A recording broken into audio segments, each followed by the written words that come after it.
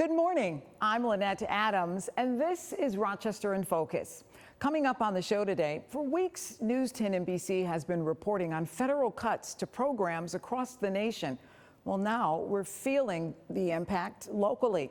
The executive director of the Genesee Valley Council on the Arts and a local musician share the impacts of cuts to that organization, and they're inviting you to a benefit concert. Well, a few weeks ago, we introduced you to Leah Leverich, the host of Decision Day. It's a podcast aimed at helping young people navigate their choices after high school and after college. Leverich didn't choose a traditional path, and she'll tell you how it's turned out for her 3 years post high school graduation, and she'll have some advice if you're in the valley of decision. We also talk with Cleonda Florence about her quest to create a more literate Rochester. She says literacy is the biggest social justice issue of our time. She'll explain why and what she's doing about it. And finally, RIT professor Dr. Santosh Kiranik and her electrical and microelectronic engineering students are coming up with ways to reduce energy use as well as change the chemicals used to produce microchips that end up in the environment. We paid a visit to RIT, and she and her students have made some discoveries. They share them with us. For months now, we have been hearing about cuts in Washington, and they are now beginning to trickle down locally. Arts organizations in particular are feeling the cuts. And joining me today to talk about it is Morgan Hellquist, who is the executive director of the Genesee Valley Council on the Arts, as well as Anthony Siciliano, who is a vocalist and a guitarist with Head to Root, a local band. Thank you both for joining me. Thanks so much for having us. I wish we were talking about something happier today, but we're talking about cuts to the arts. And you've already begun to feel those cuts. Talk about that, Morgan. Absolutely. We've been really, fortunate to serve the Genesee Valley region since 1971. We're a pass-through organization through New York State re-grant funding, and we're so fortunate that right now those funds remain intact, where we can help fund individual artists, community artist projects, education programs in schools and communities. But we also really focus on the preservation of art and history and culture, the sharing of that. We have the Glow Traditions program that celebrates traditional arts, the camps program that brings educational opportunities into farm workers. From educational programs in our own, we have 4 summer camps. We try to employ artists through all sorts of opportunities and performances across the region. We really focus on celebrating the arts and culture kind of from past, present, and future. And this is really the total collapse of future funding opportunities for us to be able to do that on a large scale. Wow, that's a lot. That's a lot. But you are not taking this sitting down, so to speak. There's an event coming up. That's one of the reasons why Anthony has joined us. His band is one of many that will be playing on July the 13th. And this is all about raising funds to continue what happens in the arts. Anthony, why did you want to be a part of this? We can come together and generate, it's like a mutually circulating thing here. It's a benefit so the musicians can go on and we can create an environment and a day of celebration, but also recognize the importance of these things and support from like organizations like the Genesee Valley Council of the Arts. How important is an organization like that for bands, local bands, and other artists, up-and-coming artists? Oh, it really is. I'm experiencing this year, actually. I have received a grant from like another local organization, and I didn't realize like how much pressure it could actually take off. Financial pressure, and also like it allows me to connect deeper into the community and meet more musicians and artists and other people who want to be a part of generating the culture. So let's talk about the 13th. Tell us exactly what's going to happen. Yeah, so this is the first in a 4-part series called Keep the Arts Alive. We're really fortunate to be able to think about new ways and innovations to do that, and thrilled to be joined by 5 bands in our first event series. It's going to be held at Iron Smoke Distillery in Fairport. Very excited and appreciative of their support for this opportunity as well. It's going to be an all-day event from 2 to 7 to be able to be kicked off by so many amazing artists and musicians in our community. Head to the Roots headlining for us, but Eli Flynn and the Everyman, Judah, November Blue. Really fortunate, and others to be able to pop in there too, and just feel excited about the opportunity for people to come in to participate. It's a suggested $20 donation at the door, and then really to just enjoy the music. That's what being part of arts and culture in our region really means, to be able to just experience it. And it's an opportunity for people to understand the value, probably, right? It really is. I think that so often, kids will come home from school and they'll say, oh, I had this teacher come in and they were teaching steel drums, and like that came through a grant through New York State. Those opportunities where there is a public performance, a mural that you may see pop up, a lot of those are through opportunities, whether it be through the National Endowment for the Arts, the federal programs that are afforded to us to be able to talk about those things and preserve them. Those things don't come out of the blue. They come through grant funding. They come through carefully cultivated ideas that are focused around preserving and elevating arts and culture in our region. And we're so fortunate to have such a rich culture of that here. And we want to be able to ensure that people know where that comes from and help us preserve it. Absolutely. So just a reminder, July 13th, don't wait to the last minute to get your tickets. They're only asking for a $20 donation for 5 hours of local bands. We'll be right back.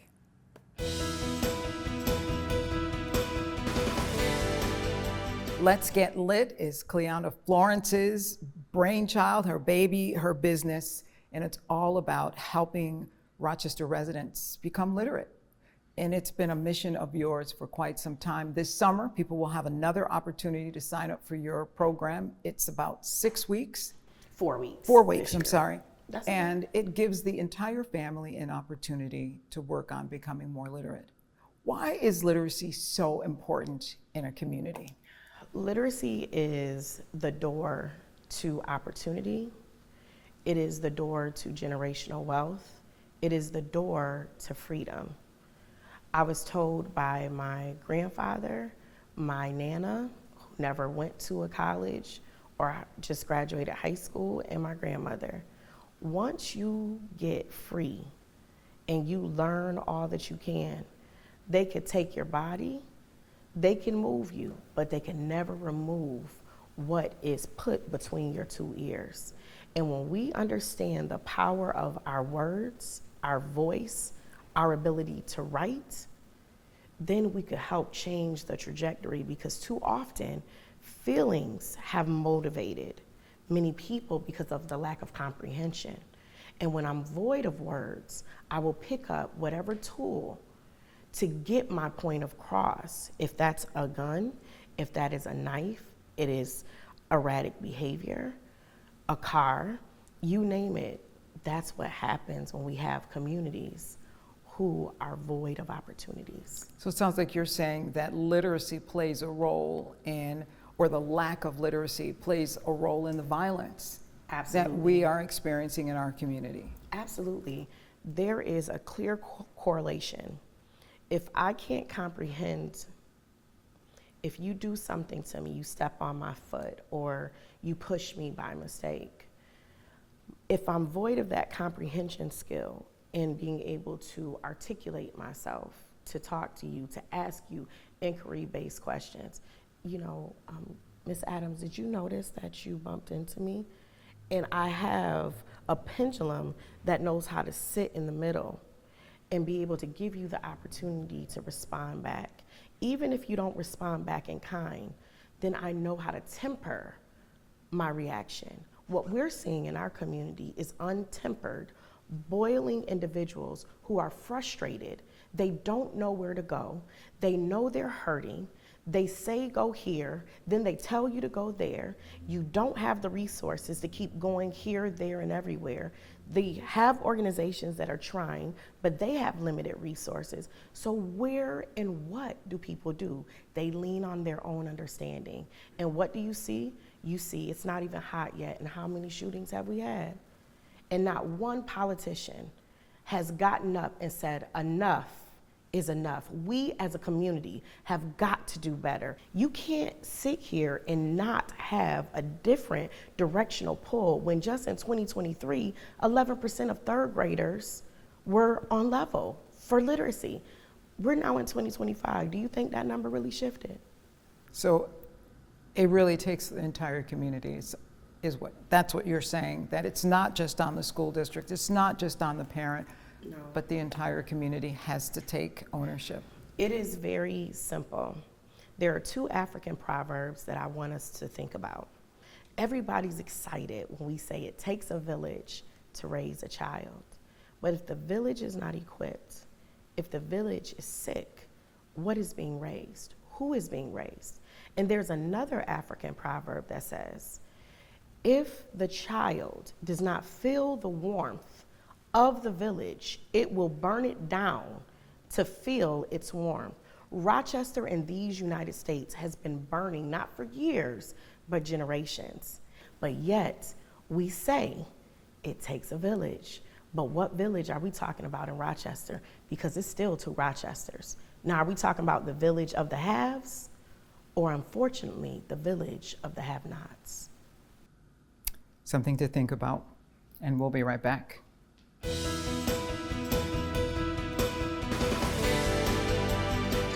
Leah Leverage has a podcast and community called Decision Day.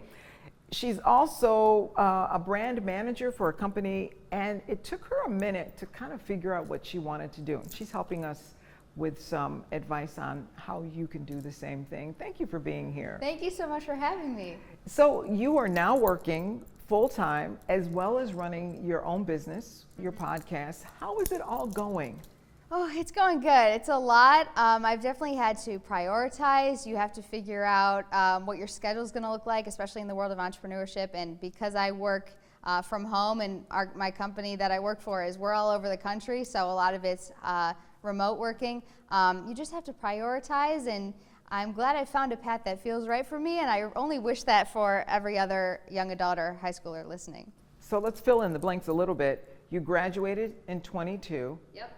Undecided, not sure what you wanted to do with your life, and had already been accepted to college, but decided, no, I'm still not sure. Yeah. Do I have it right? Yes, that's correct. So I was working this job not at the brand manager level. I was doing social media and video editing for an entrepreneur named Brandon T. Adams, who's in Nashville.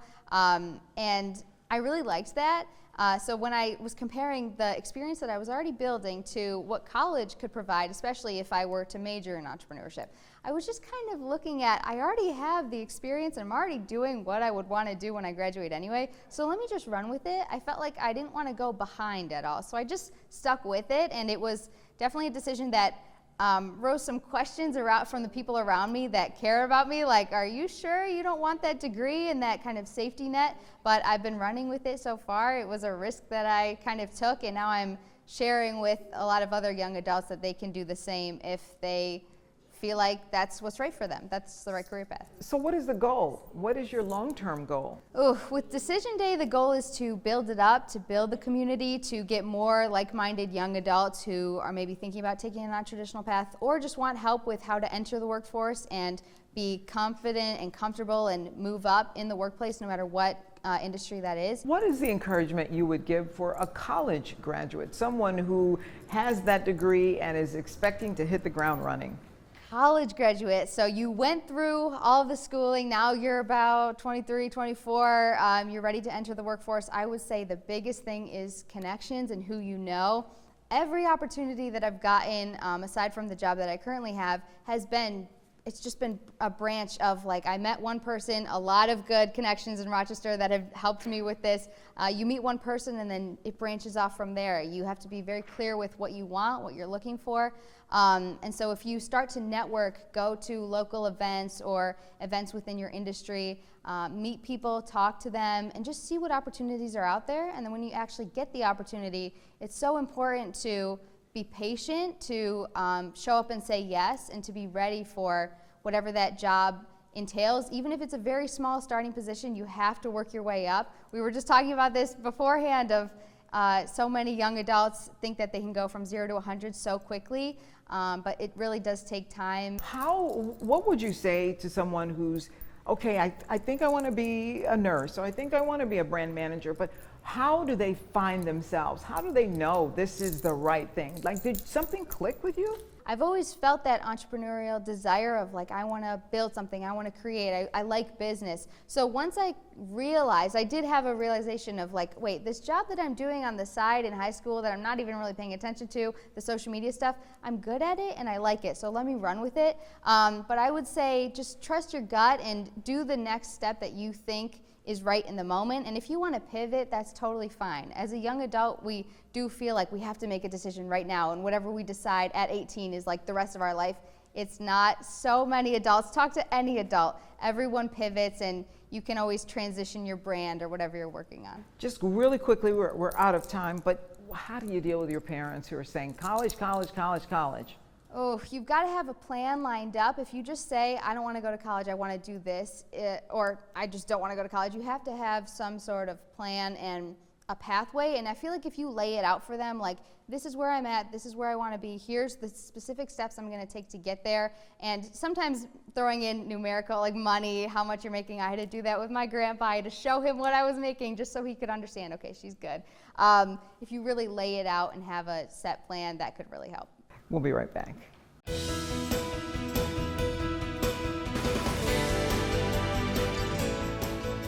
Today we're talking about the energy consumption when it comes to manufacturing microchips. I know it's probably not something you think about, but microchips run your cell phone. Microchips run that big TV that you're watching probably right now.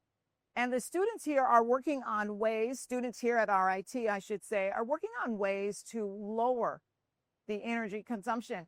And Dr. Santosh Kiranik is the instructor. She's the professor of electrical and microelectronic engineering. And Will Shuley is one of her students. He is working on his master's degree. Thank you so much for being here. When we talk about energy consumption, what exactly are we talking about when it comes to manufacturing microchips?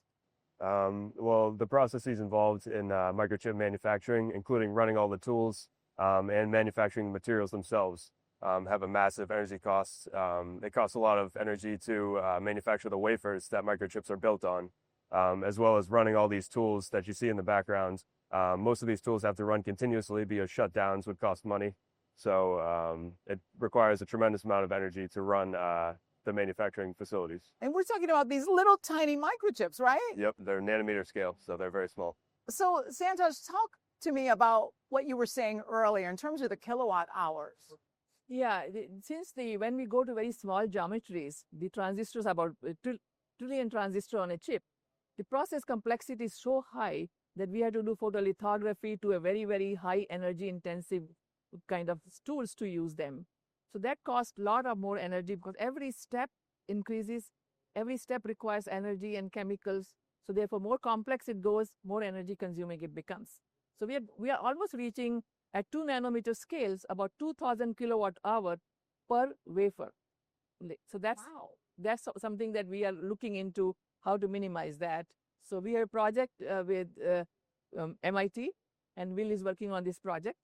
And that's what we are trying to see, how we can audit the energy in a typical lab process. So that's the work he has done. So tell us about PMOS process that you have done. Sure.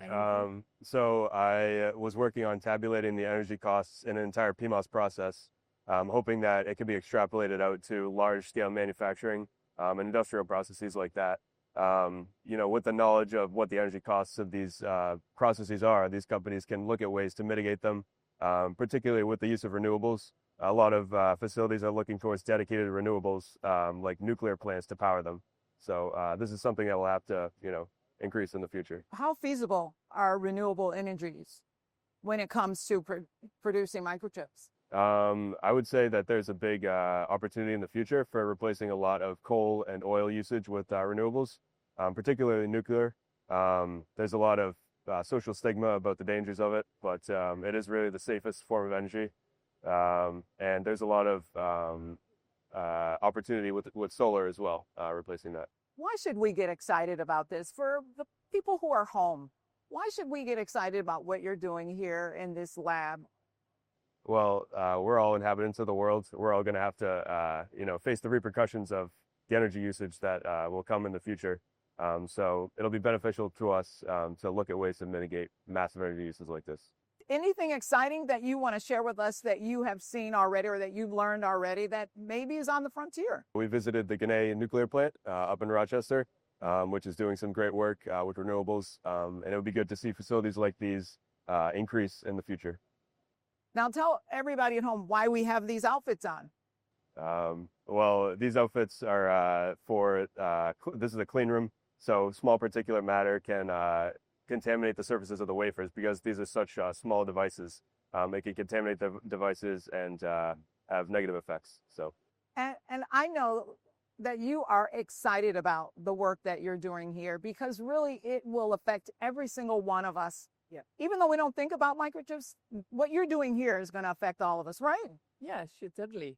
Because that is the technology which is taking us to the new generation of AI and everything. So as we use more and more of these, we have to naturally work on how to minimize the energy and also the hazardous chemicals.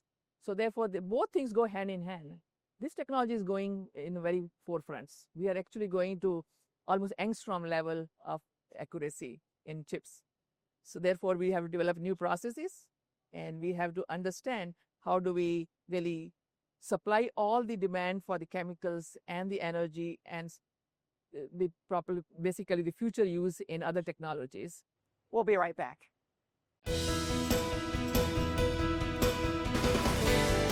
Thank you to all of our guests today. If you would like to join us as a guest, we'd love to hear from you. You can reach the News 10 NBC newsroom at 232-1010, or you can send us an email at rif@whec.com. Well, that's all the time we have. If you want to know how your neighbors and friends are making a difference in Rochester, join us every Sunday morning for Rochester in Focus right here on News 10 NBC.